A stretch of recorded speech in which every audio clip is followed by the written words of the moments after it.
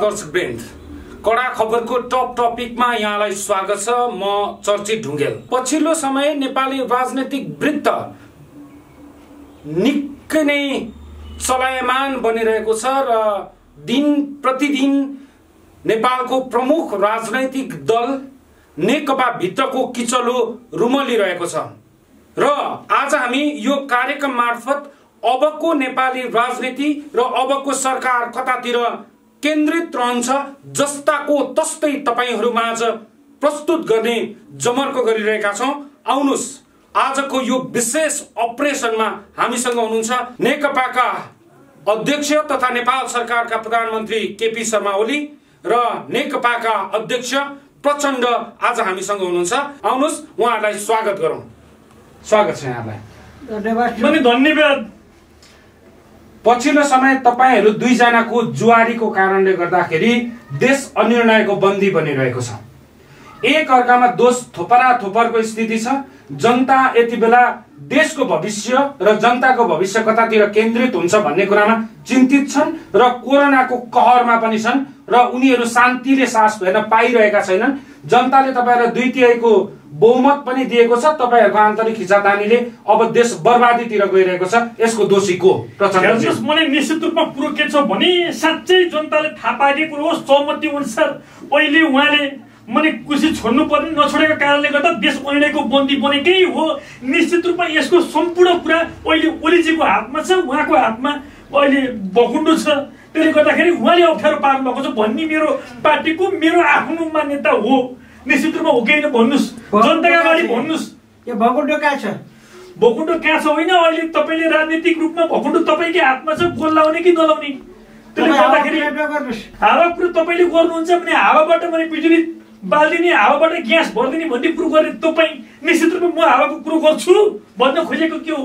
जस्तो कि तपाईहरुको आधा आधा प्रधानमन्त्री बन्ने जुन सहमति थियो ओलीज्यू हो, अन्ततः तपाईले नै यसलाई ठाडो रूपमा उल्लङ्घन गरिराख्नु भयो भन्ने कुराहरू आइरहेको छ र उहाँको एउटा पक्ष र तपाईको एउटा पक्षमा जुन हिलो छ्यापाछ्याप भइरहेको छ, यसले जनताहरूलाई पर्न गएको जुन किसिमको निराशा छ, त्रास छ, तपाई देशको कार्यकारी प्रमुखको नाताले तपाई आलटालमा अगाडि बढिराख्नु भएको छ भनेर उहाँहरू तपाईलाई आरोप लगाइराख्नु भएको छ। उहाँले के गर्नुहुन्छ? निश्चित रूपमा मिटिङ गरौँ भन्दा एउटा मिटिङ गर्नु पनि 5 महिना लाउने, ल गरौँ, सहमति गरौँ, एजेन्डामा कुरा गरौँ भन्दा पनि मैले अहिले बिरामी छु, अहिले मेरो किडनी दुखो के दुखो भनेर मैले उहाँले गरिराख्ने। यसो गर्दा सहमति हुन्छ, जस्तो देशमा अगाडि बढ्छ। सहमति यसरी हो त? म तपाईले गर्न खोजे के हो? कमेन्ट तपाईले चाहिँ गर्न खोजे तपाईले मैले सहमतिमा तपाईले के भन्नुभयो त भन्दाखेरि होइन 2 वर्षपछि तपाईहरुमा आदि आदि भन्ने कुरा गर्ने। अहिले आएपछि तँलाई कहाँ दिन्छु, कुर्सी तेरो हो र तेरो बाउको प्या हो र भने जस्ता कुरा तपाईले गर्ने। तिम्रो काका ससुराले दिया हो र यो कुर्सी? अनि यस्तो कुरो कसरी देशमा सहमति कसरी हुन्छ? हेर्नुस्, मलाई 2 ट्याइ पढेर आउनलाई मेरो पनि ठुलो भूमिका छ। 12-15 वर्ष जंगलमा बसेर मैले पनि निकैका योगदान दिएको छु भन्ने कुरो तपाईले बिर्सन पाउनुहुन्न कमरेड भन्ने मेरो भनाइ हो। तपाईका भूमिका नाप्यो हेर्नुस्। यस्तो कुरो गरेर भने सहमति गरेर आउनुस्। अहिले यहाँले काकी नच्यापे भएदेखि तपाई कहाँ पुगिसक्नुहुन्थ्यो? यस्तो होइन, हामी मैले पक्नुस् एउटा सहमति गरेर आउँछौँ। दर्शक महानुभावहरू, भर्खरै मात्र हामीले आजको जुन संवाद अगाडि बढाउन खोजिरहेका थियौं, तर पनि नेपालका प्रमुख राजनैतिक दल नेकपाका 2 अध्यक्षहरू स्टुडियो छोडेर सहमति भन्दै उहाँहरू बाहिरिसक्नु भएको अवस्था छ। तपाईले दृश्यमा देखिराख्नु भएको छ दर्शकवृन्द, उहाँहरू यति बेला सहमतिका नाममा उहाँहरू आफैमा खिचातानीमा केन्द्रित हुनुहुन्छ र हामी जस्ताको तस्तै देखाइरहेका छौं। यस्तो कुरो हुन्छ, बाउठिनु भने तपाई पनि बाउठिनु हुन्छ, जतिखेर पनि जंगली पारा देखाएर तपाई पनि यसरी बाउठिनु भने बाउठिनुस्। तर हेर्नुस् कुरो के हो भने तपाईले यस्तो कुरो गर्नु भने सहमति हुन्न, पार्टी फुट्छ। जे गर्नुपर्छ गर्नुस्। तपाईले गर्न सक्नुहुन्छ, के गर्नुहुन्छ? के गर्नुहुन्छ? तपाईले गर्ने के गर्नुहुन्छ? दर्शकवृन्द, तपाई दृश्यमा देख्न सक्नुहुन्छ उहाँहरू बीचमा कस्तो किसिमको हरकत भइरहेको छ र यसले जनतामा कस्तो किसिमको सन्देश प्रभाव हुन्छ तपाईले जस्ताको तस्तै देखिराख्नु भएको छ। र हामी नेताको रूपमा देश बनाउने, देश निर्माणका निर्माताको रूपमा हामी उहाँहरूलाई स्वीकारिरहेका छौं, तर उहाँहरू भित्रको किचलो यस्तो पनि हुँदो रहेछ। यसरी नै उहाँहरू बीचको किचलोको समय जुन किसिमको सहमति गर्यौँ भन्दै आउनु भएको छ, कस्तो सहमति गर्नुभयो? निश्चित रूपमा सहमति के भने जब हामी एक भएपछि 2/3 सरकार हाम्रो हुन्छ, त्यसपछि उहाँ पहिलो प्रधानमन्त्री 2.5 वर्ष बन्ने, त्यसपछि 2.5 वर्ष म प्रधानमन्त्री बन्ने त प्रष्टै रूपमा छ। त्यो त दिनको घाम जस्तै छर्लङ्गै छ। अब त्यो हुँदाखेरि मैले पनि ल ओके हुन्छ त भनेकै हो, तर अहिले आएपछि प्रधानमन्त्रीको कुर्सी भेटाएपछि उहाँ छोड्न चाहनु भएन। मैले सहमतिको त्यहाँ ढोका त्यही बन्द भयो। अनि यहीँनिर फेरि असहमतिको कुरा आइरहेको छ। प्रधानमन्त्रीज्यू के भन्नुहुन्छ? तपाईँ फेरि सहमति भयो भन्दै आउनु भएको थियो, तर उहाँ यहाँ आएर फेरि जनताका सामु फेरि पनि त्यही कुरालाई कोट्याइराख्नु भएको छ। यो अवस्थामा सहमति कसरी हुन्छ? हेर्नुहोस् कामरेड, मैले अघि भर्खर हाम्रो सहमति भयो नि। हाम्रो सहमति त भयो, तपाईँले हुन्छ तपाईँ के हो भन्नुहुन्छ, तर दिनुहुन्न। जनतालाई भन्नुहोस् न, मलाई मात्रै फकारा हुन्छ। जनताको अगाडि तपाईँले बोलेको कुरा अनि भन्नु पर्यो। मैले एउटा कुरा गर्ने, अहिले एउटा कुरा गर्न मिल्छ कामरेड? मैले त्यहाँ त सहमति भयो, तपाईँले मिडियाको अगाडि चुप्प लागु, मिडियाको अगाडि तपाईँ नबोल्नुहोस् भने मात्रै हो। तर साँच्चै रूपमा जस्तो कि तपाईँहरूले अब स्पष्टसँग प्रधानमन्त्रीज्यू भनिदिनु पर्यो कि जुन सहमति हो, जुन सहमतिका आधारमा तपाईँहरूको पार्टी एकताका प्रक्रियाहरू अगाडि बढिरहेका छन् र आलो पालोको जुन प्रोसेस पनि अगाडि बढिरहेको छ र आम जनताहरूले त्यो दृश्य पनि देखिरहेका छन् कि तपाईँले पार्टीको मिटिङमा पनि अनुपस्थिति जनाइराख्नु भएको अवस्था पनि छ। सँगसँगै उहाँहरूले आरोप लगाइराख्नु भएको छ नेकपा एमाले कुनै व्यक्तिका नाममा फेरि पनि निर्वाचन आयोगमा दर्ता भइसकेको अवस्था पनि छ र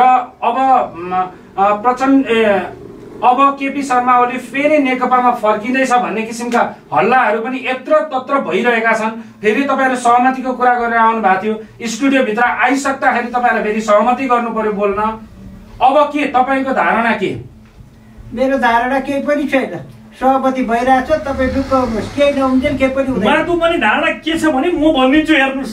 अब उहाँ एमाले बन्न खोज्दै हुनुहुन्छ फेरि, भने हामीलाई अब एमाले बन्ने अनि हामीलाई अरूको साइज देखाउने भन्ने गर्दै हुन्छ। तर त्यस्तो गर्नुभयो भने मैले निश्चित रूपमा उहाँ एक्लै हुनुहुनेछ।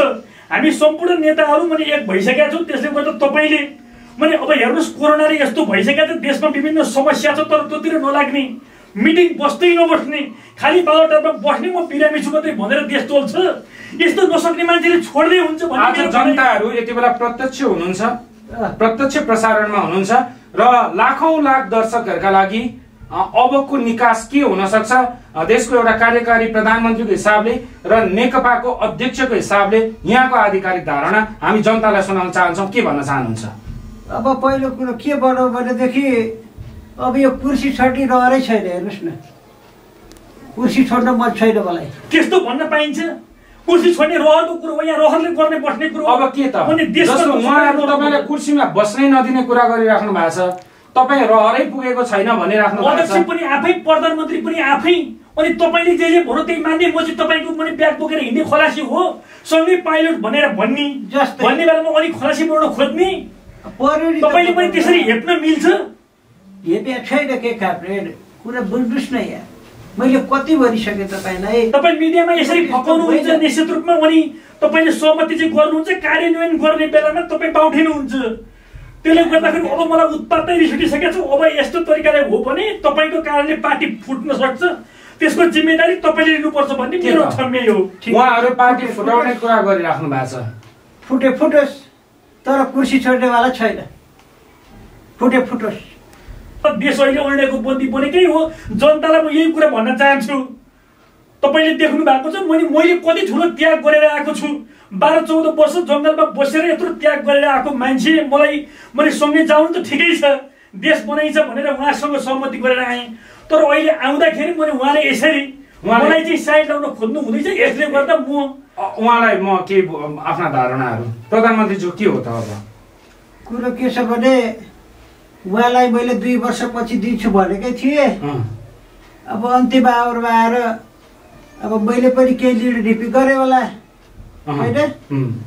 अब त्यसको लागि क्षमा चाहन्छु र अबको प्रधानमन्त्रीको कुर्सी चाहिँ तपाईँले सम्हाल्नु होला। अनि यस्तै भन्नुभयो भने त सहमति भइहाल्छ नि निश्चित रूपमा। यो कति दिनको सहमति प्रधानमन्त्रीज्यू?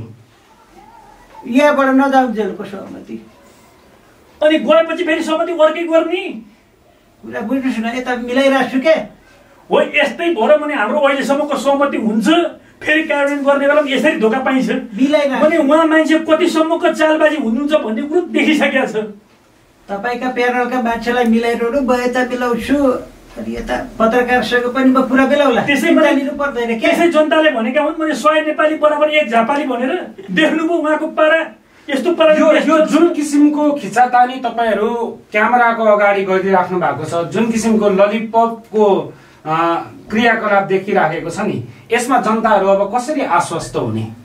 पत्रकारहरूलाई म मिलाउँदैछु, तपाईँको प्यानल मिलाउनुहोस्, म मेरो प्यानल मिलाउँछु, पत्रकारहरूलाई पनि सँगै लिएर जाउँ, मिडियामा राम्रो सन्देश प्रवाह गरौँ, अनि त्यसपछि आफ्नो त छँदै नै छ नि भन्ने क्रममा अब देश कहिलेसम्म चल्ने प्रधानमन्त्रीज्यू? जहिलेसम्म चल्छ तहिलेसम्म।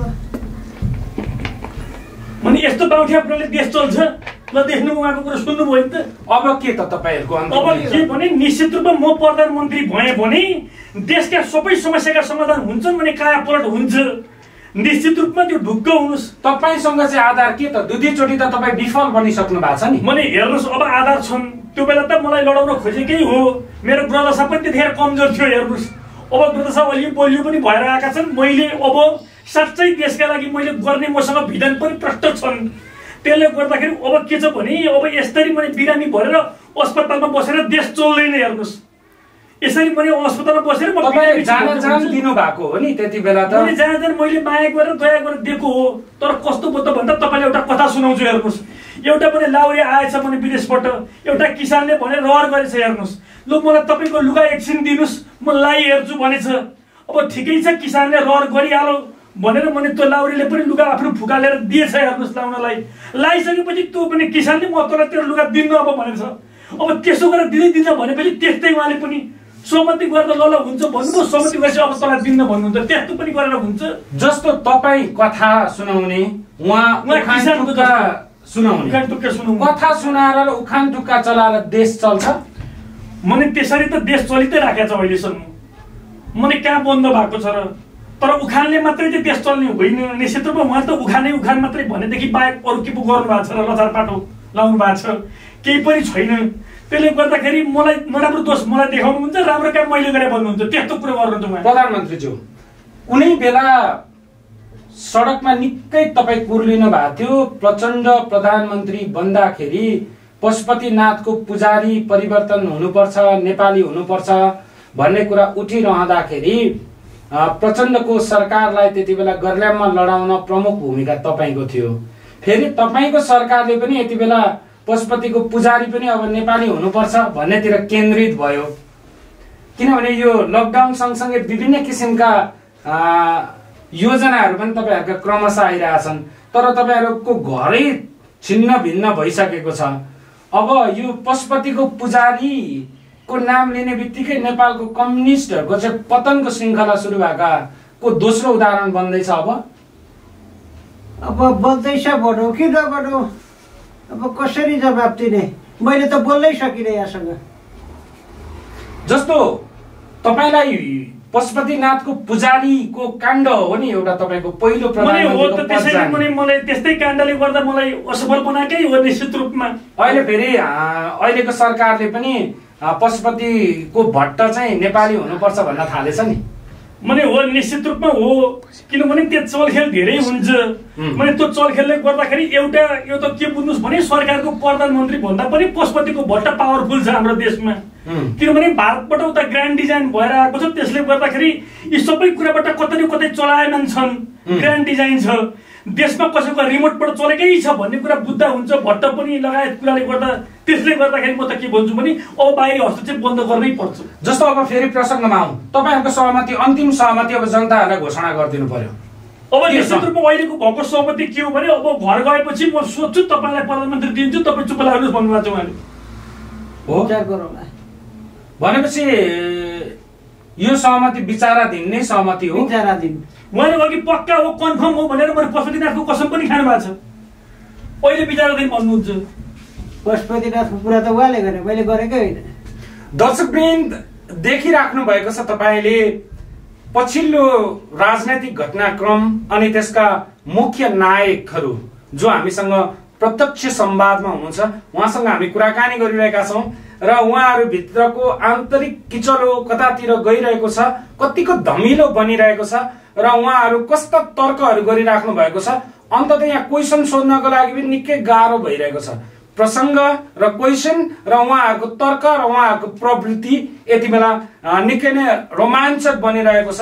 हुनसक्छ गाई जात्राको नजिक भएर पनि होला उहाँहरू आज देशको निकासका निम्ति भन्दा पनि गाई जात्रा प्रदर्शनका निमित्त स्टुडियोमा जुट्नु भए जस्तो लागिरहेको छ। यसले जनतामा एक किसिमको भ्रम त छँदै नै छ र जनताहरू जो दर्शकहरू हुनुहुन्छ यति बेला उहाँहरूले पनि यसलाई गाई जात्राको रूपमा लिइराख्नु भएको छ। म फेरि पनि कुराकानीको क्रमलाई अगाडि बढाउन गइरहेको छु। भारत जस्तो भारतले जबसम्म केपी शर्मा ओली नेपालको प्रधानमन्त्रीको पदबाट खुस्किँदैन, चिप्लिँदैन, तबसम्म कुनै पनि प्रकारका वार्ताहरू हुँदैनन् भनेर छापछाप्ती बनिरहेको छ।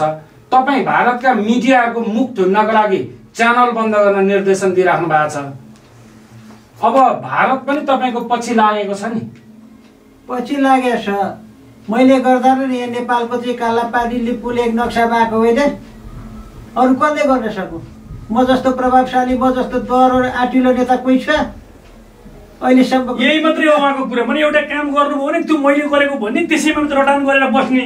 निश्चित रूपमा तपाईँले अघि जिब्रो चिप्लेको जो कुरो गर्नुभयो त्यसको बारेमा म के भन्छु भने जिब्रो धेरैको चिप्ल्या छ। हेर्नुहोस्, हाम्रो देशमा यो वर्ष जिब्रो चिप्लै मात्रै भयो। कतिको चिप्ले अब उहाँको पनि जिब्रो चिप्लिरहन्छ। त्यसै गरी मैले त्यो नायिकाहरूको, हाम्रो नायिकाको पनि एउटा मैले विदेशको फ्यानको चिन्ताले गर्दा तपाईँहरू देशको विषयवस्तुमा प्रवेश विषयवस्तु कुरो सुन्नुहोस्। नायिकाहरूको पनि जिब्रो चिप्लिया छ। दिपाश्रीले पनि राजा समालको विषयमा बोलेर जिब्रो चिप्ल्यो। मैले वर्षा राउतको पनि जिब्रो चिप्ल्यो। अब देशमा सबैको जिब्रो चिप्लिरहेको बेला उहाँको जिब्रो चिप्लिने ठुलो कुरो भन्ने मेरो भनाइ हो। अहिले चाहिँ बल्ल मेरो सङ्गतको असर पर्दैछ मलाई। होइन, तपाईँहरू एउटा देशको निकासको विषयमा हामी कुरा गरिरहेका छौँ, किन तपाईँहरू मोडिराख्नु भएको छ? देशको निकास मेरो हातमा छैन, उहाँकै हातमा सबै कुरो छ। म त केही न केही छु। मैले के बोल्ने निकासको विषयमा? अब विकासको बारेमा सोचौँ, निकास होइन, अब विकासको बारेमा सोचौँ, अगाडि बढौँ। एउटै मलाई मात्रै चलाउनु दिनुहोस् 5 वर्ष, केही गर्छु म जस्तो। अब हामीले यत्रो धेरै कन्भर्सेसन गरिसक्दाखेरि तपाईँले त्यसरी सहमति गर्छु भनेर अहिले आफू मात्रै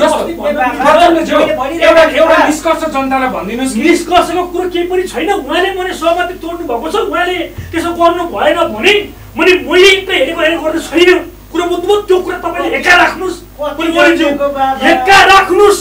मैले निश्चित रूपमा म मात्रै चुप लागेर बस्ने कुरा आउँछ। तपाईँले किन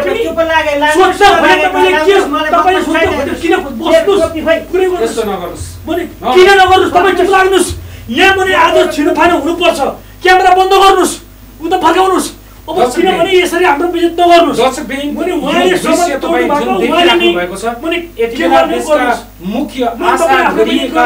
दुई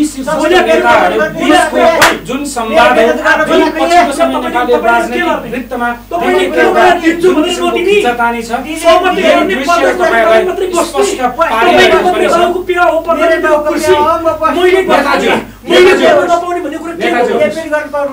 तपाईँहरूको निष्कर्ष यो जनतामा कस्तो सन्देश? सुन्नुहोस्, यहाँ कुरा के छ भने हामी क्यामेरा उता फर्काउनुहोस्। अहिले हाम्रो कुरो सुन्नुहोस्। मैले निश्चित रूपमा उहाँले सम्मति गरेर मलाई प्रधानमन्त्री बनाउँछु भनेपछि मैले बोल्नुपर्छ भन्ने मेरो आफ्नो व्यक्तिगत धारणा हो। जस्तो यही पद लिप्चाकै रूपमा नेपाली राजनीतिक वृत्त यस्तो कुरा हेर्नुहोस्, लिप्चाको कुरा छोडिदिनुहोस्। तपाईँले मैले यसरी बोलेर हाम्रो बेइज्जत गर्ने? तपाईँहरू आफै आन्तरिक रूपमा झगडा गरिराख्नु भएको छ। हेर्नुहोस्, तपाईँ कुरा मिठो गर्ने तर काम चाहिँ तपाईँ यस्तो गर्न पाइन्छ? तपाईँले किन तपाईँले त्यसो गर्न पाइन्छ? बस्नुहोस्, तपाईँले कुरो तपाईँले गर्नुहोस्, बस्नुहोस्। यस्तो कुरो गरेर हुन्छ?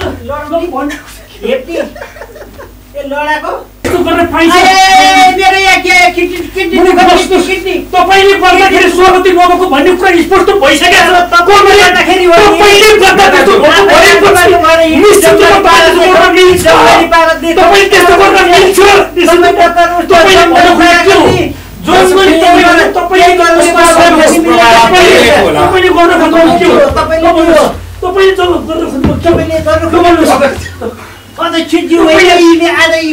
तपाईँले पनि गर्न खोजेको के होला? तपाईँले पनि गर्न खोजेको के होला भन्नुहोस्? तपाईँले कस्तो मजा आएको फेरि उताल्नुहोस् त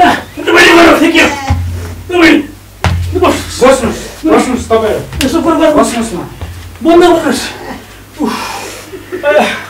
कस्तो दर्शकवृन्द गाह्रो भयो त यो दृश्य कतै गाई जात्राको त होइन पक्कै पनि आज हामी गाई जात्रा विशेषमा थियौँ र पछिल्लो समय नेपाली राजनीतिक वृत्तमा जुन किसिमको कलह छ जुन किसिमको खिचातानी छ यसले पक्कै पनि देशलाई उन्नतिको पथमा पक्कै अगाडि बढाउँदैन र जुन हामीले जुन सामग्री यहाँहरूमा प्रस्तुत गर्यौं यो यथार्थ यस्तो नहोस् भन्ने आम नागरिकको धारणा छ यसतर्फ सम्बन्धित जिम्मेवार पक्षको ध्यान जाओस् र यथाशक्य देशको उन्नतिका निमित्त देशका प्रमुख राजनैतिक दलहरू अगाडि बढुन् यो अपेक्षा सहित आजको यो विशेष एपिसोड गाई जात्रा एपिसोड हामी अन्त्य गर्ने क्रममा छौं र यो कार्यक्रममा प्रत्यक्ष रूपमा साथ दिनु भएकोमा कलाकार द्वय घनश्याम गौतम उर्फ प्रचण्ड त्यस्तै सुरेश तिमल सेना उर्फ केपी शर्मा ओली यहाँहरू दुवैजनालाई धेरै धेरै धन्यवाद र अन्त्यमा जुन हामीले जुन सामग्री प्रस्तुत गरेका छौं घनश्यामजी यसको सन्देश के हुन सक्ला नमस्कार धन्यवाद चर्चिजी र यो विशुद्ध एउटा गाई जात्रा पर्वमा हामी एउटा रमाइलो साथै एउटा सन्देश दिनलाई यो कार्यक्रम तयार पारिएको यसलाई हाम्रा नेताजीहरूप्रति कुनै पनि हाम्रो नराम्रो आक्षेप लाउने अथवा कुनै पनि मनसाय छैन यो गाई जात्रा भएकोले गाई जात्राको रूपमा हेरिदिनु होला र यसले पक्कै पनि नेताहरूलाई सजग हुनलाई सचेत हुनलाई जनताप्रति उत्तरदायी हुनलाई नै यसले भूमिका खेल्छ किनभने अहिले हेर्दाखेरि नेताहरू जनताप्रति उत्तरदायी नभएको र खालि कुर्सीको लागि पदको लागि आफ्नो लागि मात्रै लडिरहेको देखेको अवस्थामा एउटा यो रमाइलो हामीले प्रस्तुत गर्यौं र यस्तो नहोस् हामी पनि कामना गर्छौं र सधैँ नेताजीहरूप्रति हामी अझ राम्रो काम गर्नलाई हौसला मिलोस् भनेर शुभकामना पनि दिन चाहन्छौँ सुरेशजी के भन्नुहुन्छ मेरो भनाइ त्यही हो दाइले जति भन्नुभयो भनिसक्नु हो होइन अब दाइले समर्थन गर्दै अब नेताजीहरूलाई चाहिँ अब यहीँबाट मैले भनिहालेँ होइन अहिले हामीले देखाइहाल्यौँ गाई जात्रा पारामा होइन अब त्यही पारामा चाहिँ उहाँहरू नजानुहोस् होइन राम्रो बाटो हिँडिदिनु होला जनताको मनभावना बुझिदिनु होला होइन अब तपाईँ हामी जस्तो जनताले नेपाल गई शरीर कति दुःख पाएछन् होइन उहाँहरूलाई पनि हेरिदिनु होइन यस्तो यस्तो हुन्छ नि अब त्यही नै हो र यसो भन्दै अन्तिममा चाहिँ कडा खबर गाई जात्रा विशेष 2077 जुन तपाईहरुले हेरिरहनुहुनेछ यो गाई जात्रा भरि र त्यो कार्यक्रम भरि हामी आउने छौं विभिन्न प्रस्तुतिहरू लिएर भन्दै कडा खबरको गाई जात्रा टिम लगायत हाम्रा सम्पूर्ण क्यामेरामा लगायत सम्पूर्ण टिमलाई विशेष धन्यवाद दिँदै फेरि पनि हामी आउने छौं गाई जात्रा भरि तपाईहरुले हामीलाई हेरिदिनुस् यसलाई लाइक सब्स्क्राइब गरिदिनुस् शेयर गरिदिनुस् भन्दै